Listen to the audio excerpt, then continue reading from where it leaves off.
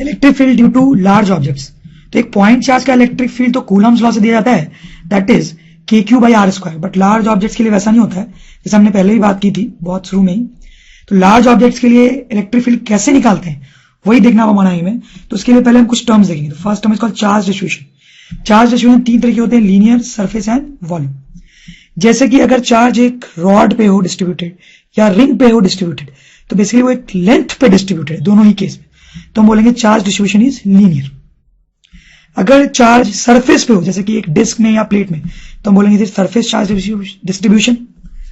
अगर चार्ज जो है वो वॉल्यूम में हो जैसे स्फीयर में चार्ज वॉल्यूम के अंदर होगा, कोन में भी चार्ज वॉल्यूम के अंदर होगा, तो हम बोलेंगे यहाँ पे चार्ज डिस्ट्रीब्यूशन जो है वो वॉल्यूम का है, या फिर ये वॉल्यूम चार्ज डिस्ट्रीब्यूशन है यहाँ पे। वैसे ही जो चार्ज डिस्ट्रीब्यूशन है वो यूनिफॉर्म भी हो सकता है और नॉन यूनिफॉर्म भी हो सकता है। जैसे कि सिंपल सा केस लें, अगर मेरे पास एक रॉड है उस पर हर जगह पे बराबर अमाउंट का चार्ज है, तो हम बोलेंगे चार्ज डिस्ट्रीब्यूशन इज यूनिफॉर्म। अगर हमारे पास रॉड है और उस पर चार्ज कुछ इस तरीके से, मतलब यहाँ पे चार्ज कम है और इस एंड पे चार्ज ज्यादा है, तो हम बोलेंगे कि ये नॉन यूनिफॉर्म चार्ज डिस्ट्रीब्यूशन है, मतलब हर जगह पे अलग अलग अमाउंट का चार्ज है। अब चार्ज डिस्ट्रीब्यूशन से रिलेटेड हम कुछ और टर्म्स डिफाइन करेंगे। First term is called linear charge density.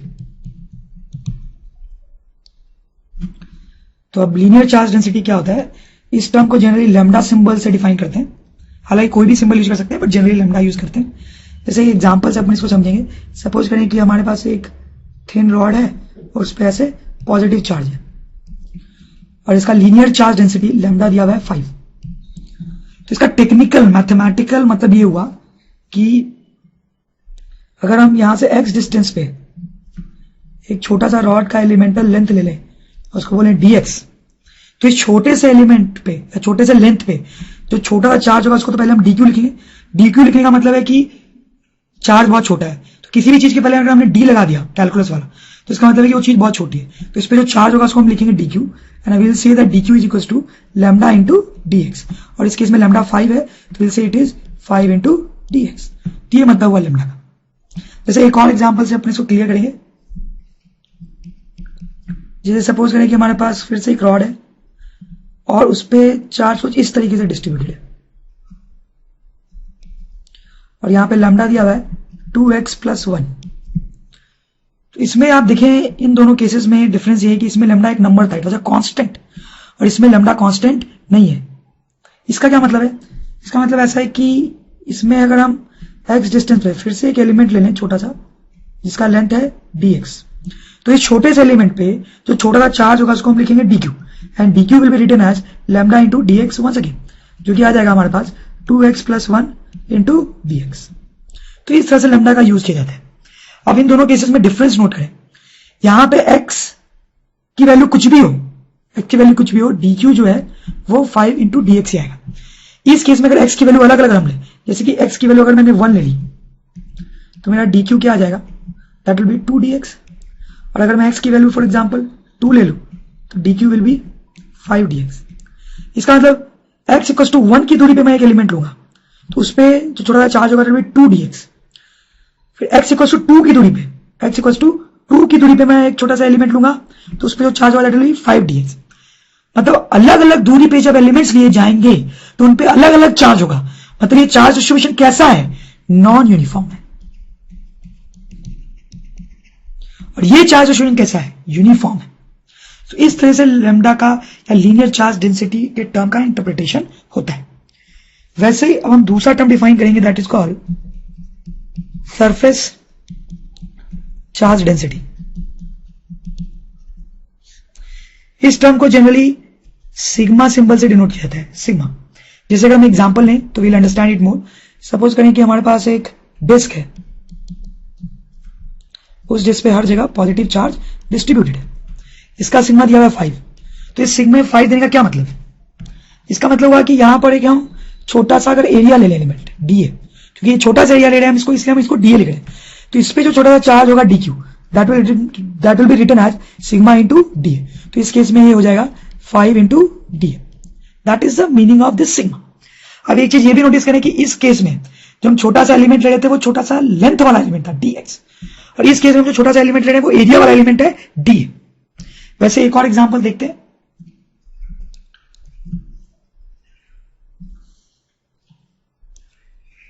Suppose करें फिर से हमारे पास डिस्क है और उस पर चार्ज डिस्ट्रीब्यूटेड है और आज सिग्मा दिया हुआ है 2x प्लस और 2r प्लस 1।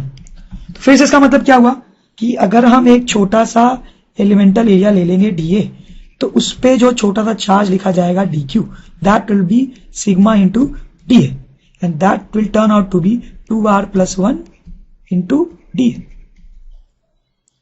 अब ध्यान दें यहां पे जो सिग्मा है वो वेरिएबल है और यहां पे जो सिग्मा था वो कांस्टेंट है। तो इसका मतलब ये हुआ यहां पे कि r अगर बढ़ेगा, r इज द रेडियस, ये डिस्टेंस r है, अगर हम r बढ़ाएंगे तो r को अगर हम बढ़ाएंगे तो dq चार्ज हमारा जो है वो बढ़ेगा।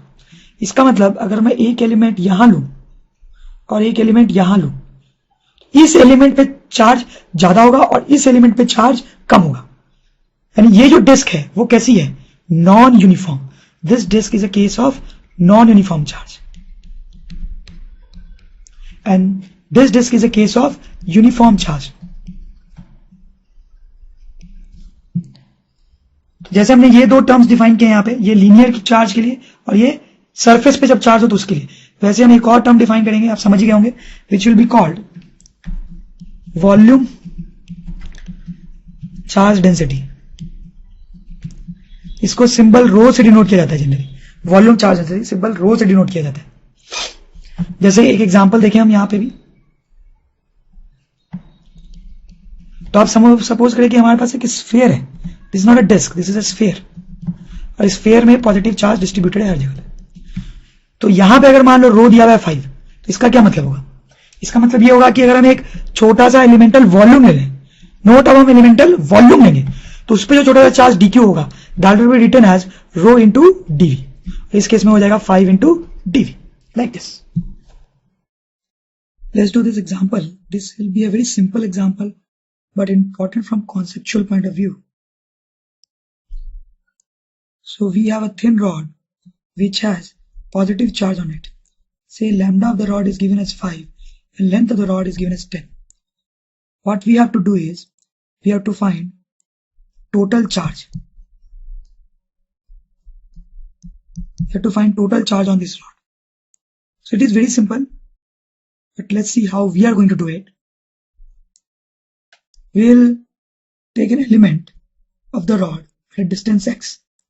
Basically at a distance x, we'll take a small element of length dx. On this element, there will be very small charge. And that small charge can be denoted by dq. जैसा कि हमने पहले देखा है कुछ देर ही कि हम इस dq को लिखेंगे lambda into dx, और lambda 5 है तो this will be 5 into dx. अभी ये जो dq चार्ज है वो सिर्फ इस एलिमेंट का चार्ज है, अभी इस छोटे से एलिमेंट का। और ऐसे हमारे पास कितने एलिमेंट्स हैं? इस रॉड को ऐसे हम इनफाइनाइट एलिमेंट्स में डिवाइड कर सकते हैं, इनफाइनाइट छोटे छोटे छोटे छोटे एलिमेंट्स। और ये जो चार्ज है वो सिर्फ इस एलिमेंट का चार्ज है। तो अगर मुझे इस पूरे रॉड का चार्ज निकालना है तो मुझे क्या करना पड़ेगा? मुझे इन हर एलिमेंट का चार्ज निकाल के सबको ऐड करना पड़ेगा, और तब आएगा total charge. So this is just charge of one element. इसमें मैं और बहुत सारे टर्म्स ऐड करूंगा, सारे एलिमेंट्स का चार्ज ऐड करूंगा, तब जाके फाइनल रिजल्ट आएगा। तो मुझे इसमें कितने टर्म्स ऐड करने हैं? इनफाइनाइट। अभी इनफाइनाइट टर्म्स को ऐड कैसे किया जाए? इनफाइनाइट टर्म्स को ऐड करने का जो तरीका होता है दैट इज इंटीग्रेशन। तो will say total charge q is integration of this one term 5dx। अब यहाँ पे लिमिट कैसे रखेंगे हम? यहाँ पे जो लिमिट होगी that will B 0 to 10। Limit का फंडा ये होता है कि जो वेरिएबल है हमारे पास, जैसे यहाँ पे x, उसकी रेंज देखते हैं। जैसे यहाँ पे अगर हम देखें तो फॉर डिफरेंट एलिमेंट्स x जो है वो 0 से 10 तक वैरी कर रहा है। ये जो पहला एलिमेंट है उसके लिए x 0 है, और ये जो आखिरी एलिमेंट है उसके लिए x 10 है। तो हम x की लिमिट रखेंगे 0 to 10, तो ऑब्वियसली ये हमारे पास आ जाएगा 50. So this is our answer. Let's do next example. ये भी इससे मिलता जुलता ही है। सपोज करो मेरे पास एक रॉड है once again which is positively charged, लेकिन इसका जो लैम्डा दिया हुआ है this is given as 2x plus 1 और x इज डिस्टेंस फ्रॉम दिस एंड, और इस रॉड की लेंथ भी से 10 ही है। अब इस रॉड पे हमें टोटल चार्ज निकालना है, total charge on this rod. देखा जाए तो टेक्निकली दोनों क्वेश्चन जो है वो सेम ही है, यहां पे भी हम टेक्निकली सेम ही काम करेंगे। x डिस्टेंस पे हम एक छोटा सा एलिमेंट लेंगे जिसका लेंथ हम बोलेंगे dx। इस dx एलिमेंट पे चार्ज बहुत छोटा होगा क्योंकि इसकी लेंथ भी बहुत छोटी है, तो we'll say that small charge on a dq is equal to lambda into dx, which can be written as 2x plus 1 into dx। फिर से वही फंडा, ये जो dq है वो सिर्फ इस एलिमेंट का छोटा सा चार्ज है, और इस रॉड को एक्चुअली ऐसे इनफाइनाइट एलिमेंट्स में डिवाइड किया जा सकता है, और हर एलिमेंट पे छोटा छोटा चार्ज होगा, और अगर हमें टोटल चार्ज निकालना है तो वो सारे चार्ज हमें वो हर एलिमेंट के छोटे छोटे चार्ज निकाल के इसमें ऐड करने पड़ेंगे। तो हमारे पास ऐड करने को इनफाइनाइट टर्म्स हो जाएंगे, और इनफाइनाइट टर्म्स को कैसे ऐड किया जाता है? इनफाइनाइट टर्म्स को ऐड करने का जो तरीका है दैट इज इंटीग्रेशन। तो वील से कि टोटल चार्ज यहाँ पे जो है that will be integration of this one term, और हो जाएगा 2x plus 1 into dx। और फिर से x की लिमिट, तो जैसे मैंने आपको बताया x की जो लिमिट होती है वो उसकी रेंज है, रेंज। फर्स्ट एलिमेंट के लिए x 0 है, 0, और लास्ट एलिमेंट के लिए x इज 10। यहां से जो आंसर आएगा that will be the total charge.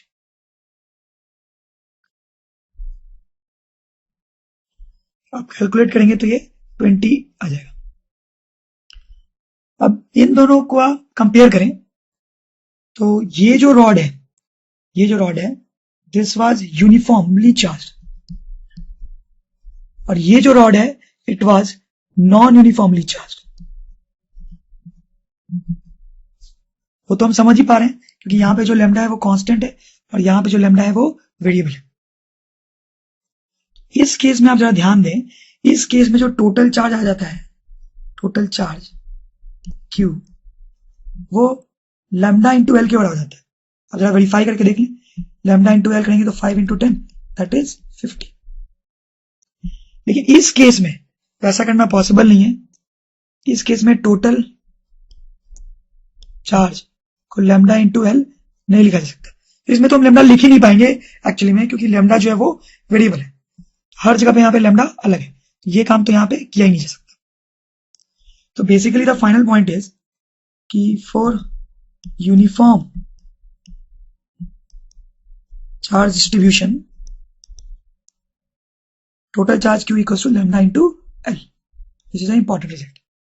इसको कई बार हम ऐसा भी लिखेंगे कि lambda is equals to Q divide by L. But याद रखें कि ये जो काम नहीं किया ये सिर्फ यूनिफॉर्म चार्ज डिस्ट्रीब्यूशन के लिए हो सकता है, नॉन यूनिफॉर्म के लिए करना पॉसिबल नहीं। वैसे ही आप समझ पाएंगे अब कि अगर मेरे पास सरफेस चार्ज डिस्ट्रीब्यूशन है, सरफेस चार्ज डिस्ट्रीब्यूशन ऊपर लीनियर चार्ज डिस्ट्रीब्यूशन है, और वो अगर यूनिफॉर्म है तो वहां पे भी हम लिखेंगे total charge will be sigma into area.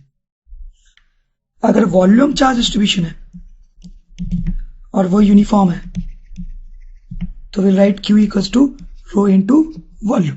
तो ध्यान रखें, लेकिन ये तीनों चीजें तभी एप्लीकेबल है जब charge distribution uniform. Non uniform में टोटल चार्ज निकालने के लिए हमें इंटीग्रेशन ही करना पड़ेगा, जैसे हमने इस क्वेश्चन में किया था। Let's do this question. ये एक लंबी रॉड है जिसे पॉजिटिव चार्ज है, लैम्डा 3 दिया हुआ है इसका, और यहाँ से 4 मीटर की दूरी पे एक पॉइंट है। इस चार्ज के कारण ए पॉइंट पे इलेक्ट्रिक फील्ड निकालनी है। तो कैसे निकालेंगे इलेक्ट्रिक फील्ड हम? क्या यहाँ पे हम कूलम्स लॉ यूज कर सकते हैं? देखिए जरा, अगर मेरे पास एक पॉजिटिव चार्ज होता प्लस Q और ए पॉइंट पे मुझे इलेक्ट्रिक फील्ड निकालना होता जो r डिस्टेंस पे है, मैं बोलता ए पॉइंट पे जो इलेक्ट्रिक फील्ड है that will B KQ by R square by Coulomb's law. लेकिन क्या यही फॉर्मूला एज इट इज इस क्वेश्चन के लिए अप्लाई किया जा सकता है? नो। वाई सो? क्योंकि ये जो फॉर्मूला है ये हमने पहले भी देखा है, ये कूलम्स लॉ वाला फॉर्मूला ये सिर्फ पॉइंट चार्ज के लिए एप्लीकेबल होता है, लेकिन ये पॉइंट चार्ज नहीं है, तो एक लंबा सा चार्ज है, तो इसके लिए हम कूलम्स लॉ नहीं लगा सकते। तो फिर सवाल पैदा उठता है कि इस केस में हम यहाँ पे इलेक्ट्रिक फील्ड कैसे निकालेंगे अगर कूलम्स लॉ यूज नहीं कर सकते तो यहाँ पे हम क्या करते हैं, हम क्या फिलॉसफी यूज करते हैं आप देखिए जरा। ये रॉड है जिसपे पॉजिटिव चार्ज है, उसको हम बहुत सारे छोटे छोटे पार्ट्स में डिवाइड कर देते हैं। तो डिवाइड नहीं करते, हम ऐसा सोचते हैं कि हमने इसको बहुत सारे छोटे छोटे पार्ट्स में डिवाइड कर दिया। कितने पार्ट्स में? इनफाइनाइट पार्ट्स में। तो मैं सोचेंगे हमने इसको इनफाइनाइट पार्ट्स में डिवाइड कर दिया। इसमें जो कोई भी एक छोटा पार्ट अगर हम लेंगे तो ये बहुत ही छोटा होगा, it will be very very small. तो इस छोटे से पार्ट को हम पॉइंट चार्ज की तरह ट्रीट कर सकते हैं. This can be treated as point charge. यही नहीं, कोई दूसरा छोटा सा पार्ट लें तो ये भी पॉइंट चार्ज की तरह ट्रीट किया जा सकता है. तो इस फंडे का हम यूज करने वाले, कैसे यूज करने वाले, let's see.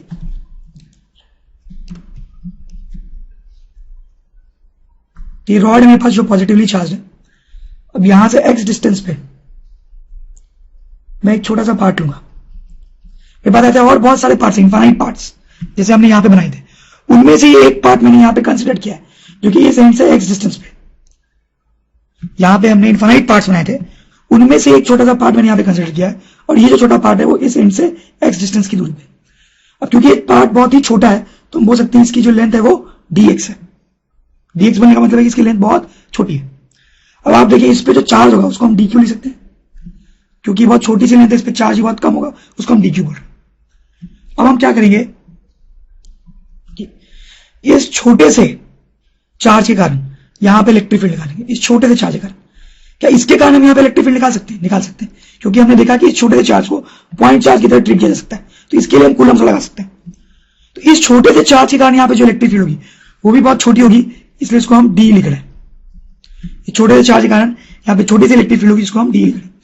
And we can say that this d by Coulomb's law will be k dq upon r square. r is distance of this small element from a. इसको लिखा जा सकता है k dq को क्या लिख सकते हैं, dq को हम लिख सकते हैं लैम्डा इंटू dx, जैसा कि हमने कुछ देर पहले ही देखा है. और r को क्या लिखा सकते हैं, यहाँ पे ध्यान दे, r को हम लिख सकते हैं 10 minus x plus r, sorry 10 minus x plus 4, ये r है.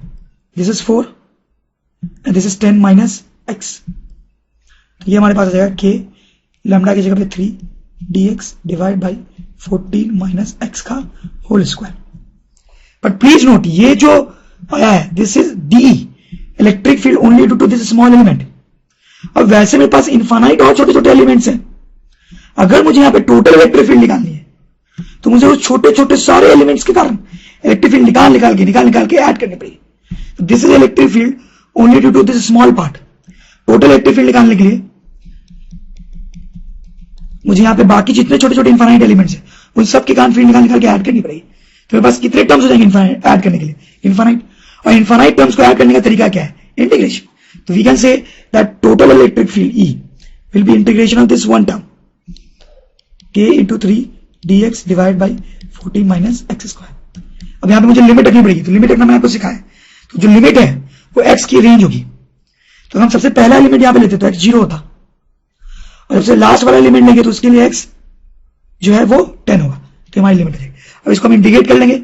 इंटीग्रेट करने के बाद जो रिजल्ट आएगा that will be my electric field. So technically देखा जाए तो बहुत ही सिंपल है इस क्वेश्चन को यूज करना, लेकिन क्योंकि इसमें इंटीग्रेशन यूज होता है तो लोग थोड़े कंफ्यूज हो जाते हैं. अब ध्यान रखिए कि कॉन्सेप्ट बहुत सिंपल सा है कि छोटे से एलिमेंट के कारण हमने इलेक्ट्रिक फील्ड निकाली कूलम्स लॉ से, और फिर पूरे रॉड के लिए हमें निकालना है तो छोटे से इलेक्ट्रिक फील्ड को हम क्या कर रहे हैं, इंटीग्रेट विथ प्रॉपर लिमिट्स. एक और क्वेश्चन करते हैं ऐसा ही.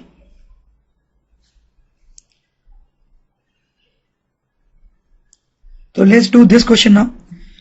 ये जो क्वेश्चन है इस क्वेश्चन से मिलता जुलता ही आप देखें. वैसे यहां पर भी रॉड है पॉजिटिवली चार्ज, पर इसमें जो लैम्डा है वो 2x दिया है. यहाँ पे लैम्डा कांस्टेंट था 3. तो ये यूनिफॉर्मली चार्ज रॉड था और ये non uniformly charge rod. Situation वही है, पॉइंट ए पे इलेक्ट्रिक फील्ड निकालनी. तो फिर से हम क्या काम करेंगे, बिल्कुल सेम काम करेंगे. इनफैक्ट इसमें बस थोड़ी सी चेंज करने की जरूरत है तो इसका आंसर आ जाएगा. जहां पे हमने यहाँ पे लैम्डा रखा था 3, वहां पे बस लैम्डा की वैल्यू हमें क्या रखनी है, वहां पे अगर हम लैम्डा की वैल्यू 2x रख देंगे तो इस क्वेश्चन का सोल्यूशन आ जाएगा हमारे पास. इस क्वेश्चन का solution, that's the only difference. इसमें आपको करके भी दिखा देता हूं. जैसे फिर से हम यहां पे x डिस्टेंस पे एक एलिमेंट लेंगे, जो छोटा सा पार्ट होगा उसका लेंथ dx.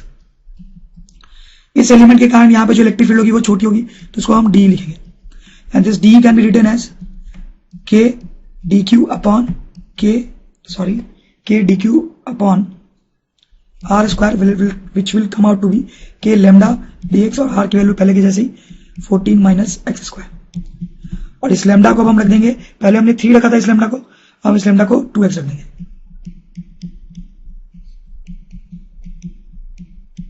तो ये जो इलेक्ट्रिक फील्ड आई है वो सिर्फ इस एलिमेंट के कारण आई है. टोटल इलेक्ट्रिक फील्ड निकालने के लिए इस टर्म को इंटीग्रेट करना पड़ेगा।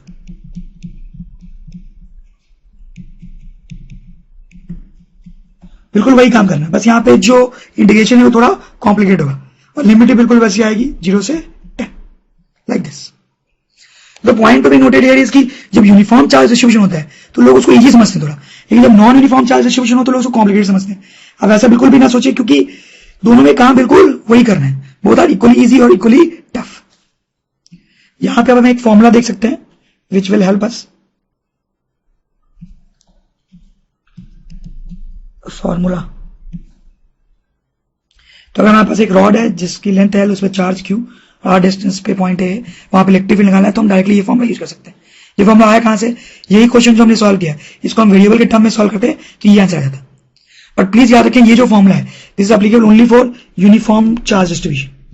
यूनिफॉर्म चार्ज डिस्ट्रीब्यूशन के लिए ही ये फॉर्मूला एप्लीकेबल है। अगर जैसे यहाँ पे नॉन यूनिफॉर्म चार्ज डिस्ट्रीब्यूशन था तब तो हमें इंटीग्रेट ही करना पड़ेगा, कोई उपाय नहीं है। इन यूनिफॉर्म के लिए हम ये फॉर्मूला याद रख सकते हैं। Let's do this question now. यहाँ एक सेमी सर्कुलर रिंग है जिसपे लैम्डा और इसका रेडियस दिया हुआ है, ये जो कि सेंटर है वहां पे इलेक्ट्रिक फील्ड निकालनी है, इलेक्ट्रिक फील्ड का डायरेक्शन और मैग्नीट्यूड दोनों निकालना है। तो let's see how to do it. तो सबसे पहले हम डायरेक्शन पे अटैक करेंगे। तो सेंटर में मुझे इलेक्ट्रिक फील्ड की डायरेक्शन निकालनी है।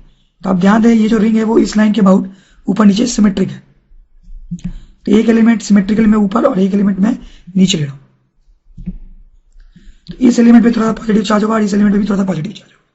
इस एलिमेंट के कारण जो इलेक्ट्रिक फील्ड होगी वो कुछ इधर की तरफ होगी और इस एलिमेंट के कारण जो इलेक्ट्रिक फील्ड होगी वो कुछ इधर की तरफ होगी। अब ध्यान से देखिए अब क्या होगा यहाँ पे। इन दोनों इलेक्ट्रिक फील्ड का जो वर्टिकल कॉम्पोनेंट होगा उसके बारे में क्या लगता है आपको? इसका भी वर्टिकल कॉम्पोनेंट ऊपर और इसका वर्टिकल कॉम्पोनेंट नीचे, वो दोनों दूसरे को कैंसिल कर देंगे। वर्टिकल कॉम्पोनेंट कैंसिल हो जाएगा और दोनों के जो हॉरिजॉन्टल कॉम्पोनेंट होंगे वो एडअप हो जाएंगे। इसका मतलब है कि इन दोनों के कारण यहाँ पे जो नेट फील्ड होगा वो हॉरिजॉन्टल डायरेक्शन में होगा। वैसे हमने यहाँ पे दो एलिमेंट्स लिए, वैसे हम दो दो के पेयर्स ले सकते हैं सिमेट्रिकली। हर पेयर के लिए इलेक्ट्रिक फील्ड का वर्टिकल कॉम्पोनेंट कैंसिल होगा और सिर्फ हॉरिजॉन्टल ही बचेगा। तो हम यहाँ पे ये बोल सकते हैं कि यहाँ पे इलेक्ट्रिक फील्ड जो नेट आएगी that will be in horizontal direction. ये बड़ा इंपॉर्टेंट कॉन्सेप्ट है, बहुत सारे क्वेश्चंस में यूज होगा। ये तो डायरेक्शन की बात होगी। अब now let's talk about value. तो देखो वैल्यू कैसे निकालेंगे। तो वहां पे हम क्या करेंगे कि यहां से थीटा एंगल पे एक छोटा सा एलिमेंट लेंगे जिसकी लेंथ होगी dx। इस पे चार्ज भी छोटा सा होगा। इस एलिमेंट के कारण यहां पे जो इलेक्ट्रिक फील्ड होगी वो छोटी होगी, that will written as d। ये d कितना होगा ये हम कूलम्स लॉ से लिख सकते हैं। तो d को हम लिख लेंगे k dq is small charge on this divide by r square radius. इसको हम लिख सकते हैं dq को लिखते हैं lambda into dx divide by r square. तो यहां पे लैम्डा की वैल्यू आ जाएगी हमारे पास जो कि दी हुई है 2 और रेडियस का स्क्वायर आ जाएगा 9 dx। अब ध्यान दें ये तो d आया हमारे पास। अब ये एंगल अगर थीटा है तो ये एंगल भी थीटा होगा। तो ये जो इलेक्ट्रिक फील्ड है उसका हॉरिजॉन्टल कॉम्पोनेंट इधर होगा जिसको हम लिखेंगे d cos थीटा। इसका एक वर्टिकल कॉम्पोनेंट भी होगा लेकिन उसकी बात करने में इंटरेस्ट नहीं है क्योंकि वो दूसरे एलिमेंट से कैंसिल हो जाएगा जैसे हमने यहां पे दिखा था। अब ध्यान दें इस एलिमेंट के कारण एक हॉरिजॉन्टल इलेक्ट्रिक फील्ड है d cos थीटा। वैसे बाकी एलिमेंट्स के कारण भी यहां पे horizontal component of electric field होगा। बाकी एलिमेंट्स के कारण भी यहां पे इलेक्ट्रिक फील्ड का एक हॉरिजॉन्टल कंपोनेंट होगा। अगर मुझे यहां पे टोटल इलेक्ट्रिक फील्ड निकालनी है तो उन सारे एलिमेंट्स के कारण जो हॉरिजॉन्टल कंपोनेंट है उसको क्या करना पड़ेगा? ऐड। उन सबको ऐड करने का तरीका है इंटीग्रेशन। तो आई can write the total electric field will be integral of d cos theta. I hope you understand this. तो ये हमारे पास आ जाएगा integral 2k/9 dx cos theta. लेकिन क्या भी हम इसको इंटीग्रेट कर पाएंगे? नहीं कर पाएंगे। यहां पे हमारे पास दो वेरिएबल है x और थीटा। थीटा वेरिएबल है क्यों? क्योंकि मैं एलिमेंट यहां नहीं यहां लेता ऊपर तो ये थीटा भी ज्यादा होता। तो x और थीटा दोनों एलिमेंट के साथ चेंज हो रहे हैं इसलिए ये वेरिएबल है। तो अगर दो वेरिएबल होते तो इंटीग्रेट करना पॉसिबल नहीं होता है। तो वैसे में हमें क्या करना पड़ता है कि इन दोनों में इक्वेशन ढूंढनी पड़ेगी ताकि उन दोनों को रिलेट करके हम एक वेरिएबल को इलिमिनेट कर सकें। तो how will we do that?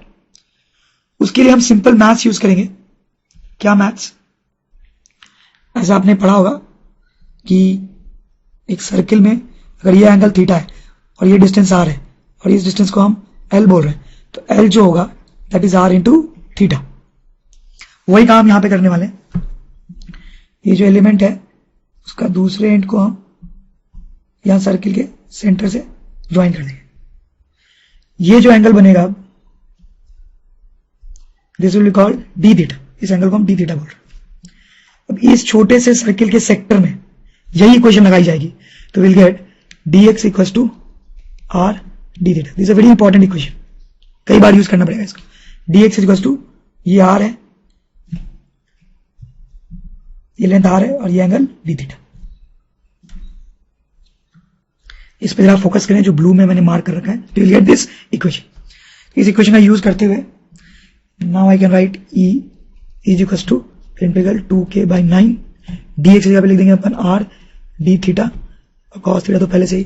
अब इसको इंडिकेट कर पाएंगे theta is the only variable. तो इसमें इसको थोड़ा सा बाहर निकालने का, तो 2k by 3 integral cos theta d theta आ जाएगा। Now what will be the limit of theta? That is also very important. So देखिए मैंने आपको बताया था कि जो लिमिट होती है वो वेरिएबल की, जो कि यहाँ पे थीटा है, उसकी रेंज होती है। तो एलिमेंट तो हम इस लेंथ पे कहीं भी ले सकते थे। अगर बिल्कुल नीचे यहां पे एलिमेंट लेते तो उसके लिए एंगल जो थीटा आता वो -90 आता, यहाँ -90। और एलिमेंट अगर बिल्कुल ऊपर लेते हैं यहाँ पे लास्ट वाला, तो उसके लिए एंगल +90 आता, तो यहाँ पे π/2। अब इसको इंटीग्रेट करना बहुत आसान है। This will be 2k by 3, so will get this as our answer. तो ये हमारा आंसर हो गया। अब ध्यान दे यहाँ पे ओवरऑल हमने क्या किया है।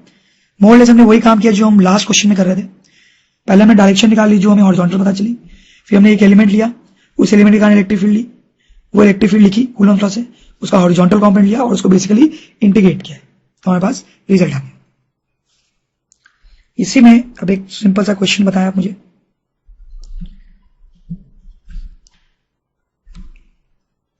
अगर ऐसी रिंग होती है हमारे पास चार्ज ऑब्वियसली, और अब यहां ए पे इलेक्ट्रिक फील्ड निकालना होता है, ये पूरी सेम ही रिंग नहीं है, ये एंगल सिर्फ 60 डिग्री है, यहां पे 100 डिग्री था।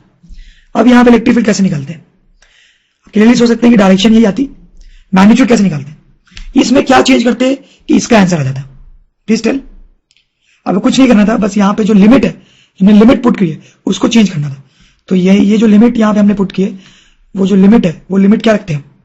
सबसे आखिरी लिमिट यहाँ पे जो होता उसके लिए एंगल होता -30, यहाँ रखते -π/6, और टॉप वाला जो एलिमेंट होता है वो यहाँ पे उसके लिए +/6 +π/6, बाकी सब कुछ सेम होता, तो हमारे पास इसका आंसर आ जाता।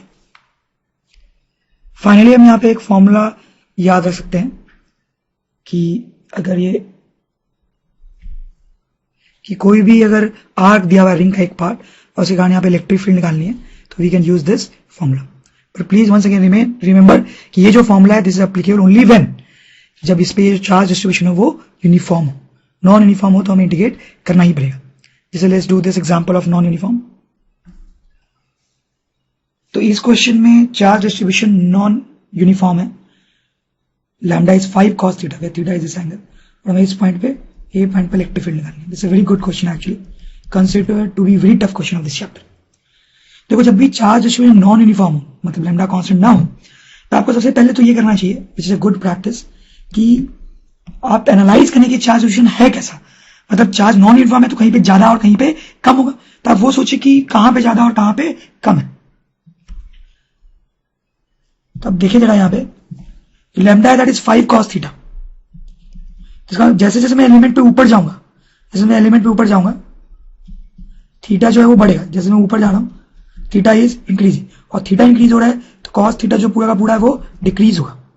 इसका मतलब मैं जैसे जैसे ऊपर जा रहा हूं थीटा बढ़ रहा है और cos थीटा कम हो रहा है, मतलब लैम्डा भी ऊपर कम होगा। तो यहां नीचे चार्ज ज्यादा होगा और ऊपर चार्ज कम होगा, कुछ इस तरीके से। जैसे जैसे हम इधर जाएंगे थीटा बढ़ेगा तो cos थीटा कम होगा, लैम्डा भी कम होगा, तो चार्ज कम होगा। नीचे वाले में क्या हो सकते हैं? नीचे चार्ज विषय बिल्कुल सिमेट्रिक होगा ऊपर के। उसका रीजन ये है कि cos थीटा जो होता है that is equal to cos of minus theta. तो नीचे जो है एंगल वो माइनस में आएगा, तो उसकी वैल्यू वही आएगी लैम्डा की जो ऊपर थी। तो कुछ इस तरह से चार्ज डिस्ट्रीब्यूशन हो जाएगा। तो अब यहाँ पे हम इलेक्ट्रिक फील्ड की डायरेक्शन देखें तो हम बिल्कुल वही काम करेंगे जो लास्ट क्वेश्चन में किया था। एक एलिमेंट यहाँ लेंगे और एक यहाँ लेंगे सिमेट्रिकली, इसके कारण इलेक्ट्रिक फील्ड इधर और इसके कारण इलेक्ट्रिक फील्ड इधर, दोनों का वर्टिकल कंपोनेंट कैंसिल और नेट इलेक्ट्रिक फील्ड जो है वो हॉरिजॉन्टल डायरेक्शन में आ जाएगी। तो once again in this case the electric field is in horizontal direction. और इस हॉरिजॉन्टल इलेक्ट्रिक फील्ड की हमें वैल्यू निकालनी है। अब देखिए इसकी वैल्यू निकालना एक्चुअली बहुत आसान है। जैसे हमने लास्ट क्वेश्चन सॉल्व किया था बिल्कुल वैसे ही इसको सॉल्व करना है। लास्ट क्वेश्चन के सोल्यूशन पे हम जाएं तो ये लास्ट क्वेश्चन का सोल्यूशन है। बिल्कुल वैसे हम यहाँ पे एक एलिमेंट लेंगे, उस एलिमेंट के कारण यहाँ पे इलेक्ट्रिक फील्ड डी होगी जिसको हम इस तरीके से लिखेंगे। उस डी का कंपोनेंट होगा हॉरिजॉन्टल, बाकी एलिमेंट के कारण भी हॉरिजॉन्टल कंपोनेंट होगा। उन सबको ऐड करना पड़ेगा। उनको ऐड करने का तरीका है कि हम डी cos थीटा को इंटीग्रेट कर दें। बस एक ही डिफरेंस आएगा यहाँ पे।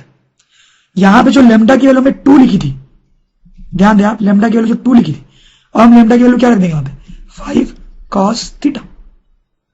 लेमडा की वैल्यू 5 cos थीटा रख देंगे। तो बस जो इंटीग्रेशन आएगा अंत में वो थोड़ा सा अलग आएगा, दैट्स ऑल, नथिंग एल्स। और कुछ भी चेंज नहीं करना है। ये क्वेश्चन बिल्कुल वैसा ही जैसा कि पहले वाला क्वेश्चन था। Let's do this example. यहाँ पे एक फाइनाइट लेंथ की रॉड है जिसपे यूनिफॉर्म चार्ज डिस्ट्रीब्यूशन है, इसे लैम्डा 2 दिया हुआ है। ए पॉइंट जो सेंटर में लोकेटेड है वहां पे इलेक्ट्रिक फील्ड की डायरेक्शन बतानी है। यहाँ पे वही केस है, बट ये जो ये पॉइंट है ए डैश बोल लेते हैं इसको, ये सेंटर पे लोकेटेड नहीं है, ये थोड़ा ऊपर है सेंटर के। तो इन दोनों पॉइंट्स पे इलेक्ट्रिक फील्ड की डायरेक्शन बतानी है। तो इसकी हम बात करें तो वेरी सिंपल। यहाँ पे आप देख सकते हैं कि इस लाइन के अबाउट ये जो रॉड है वो सिमेट्रिक है। तो एक एलिमेंट में ऊपर ले सकता हूँ और एक एलिमेंट में नीचे ले सकता हूँ सिमेट्रिकल। इस एलिमेंट के कारण इलेक्ट्रिक फील्ड जो है वो इस डायरेक्शन में होगी और इस एलिमेंट के कारण जो इलेक्ट्रिक फील्ड है वो इस डायरेक्शन में होगी। आपको क्या समझ में आता है यहाँ पे? इन दोनों इलेक्ट्रिक फील्ड का जो वर्टिकल कंपोनेंट है, वर्टिकल कंपोनेंट वो कैंसिल हो रहा है। दोनों एक दूसरे के वर्टिकल कंपोनेंट को कैंसिल कर रहे हैं और दोनों का जो हॉरिजॉन्टल कंपोनेंट है वो ऐड हो रहा है। इसलिए यहाँ पे जो नेट इलेक्ट्रिक फील्ड होगी वो इधर की तरफ आ जाएगी। यहाँ पे हमने 2 एलिमेंट लिए थे, अगर हम और कोई दूसरा पेयर भी लें सिमेट्रिकली तो उसके लिए भी यही घटना होगी। इसलिए जो टोटल इलेक्ट्रिक फील्ड होगी वो हॉरिजॉन्टल ही होगी। क्या इस केस में हो सकते हैं कि इलेक्ट्रिक फील्ड हॉरिजॉन्टल होगी? आप समझ जाओगे कि ऐसा नहीं होगा और यहाँ पे जो नेट इलेक्ट्रिक फील्ड होगी वो ऑब्लिकली होगी, कुछ इस डायरेक्शन में। Now let's come to this question. This is the main question जो हम करना चाहते हैं। यहाँ पे वही रॉड है यूनिफॉर्मली चार्ज, उससे r डिस्टेंस पे पॉइंट ए है। ये पॉइंट टॉप के साथ एंगल थीटा 1 बना रहा है और बॉटम के साथ थीटा 2 बना रहा है। थीटा 1 थीटा 2 की वैल्यू दी हुई है, मतलब ये वाला केस अगर देखा जाए तो ए जो है वो सेंटर में नहीं है।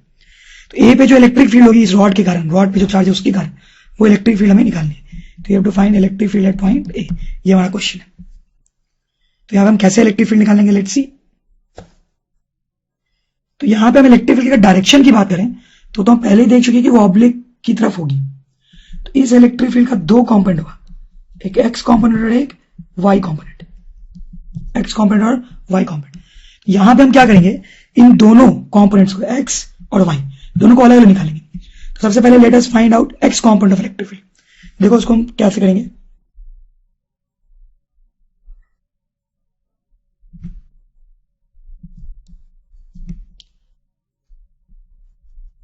तो उसके लिए हम क्या करेंगे, यहां से एक्स डिस्टेंस पे एक छोटा सा एलिमेंट लेंगे, स्मॉल एलिमेंट, जिसकी हम लेंथ बोलेंगे as usual dx।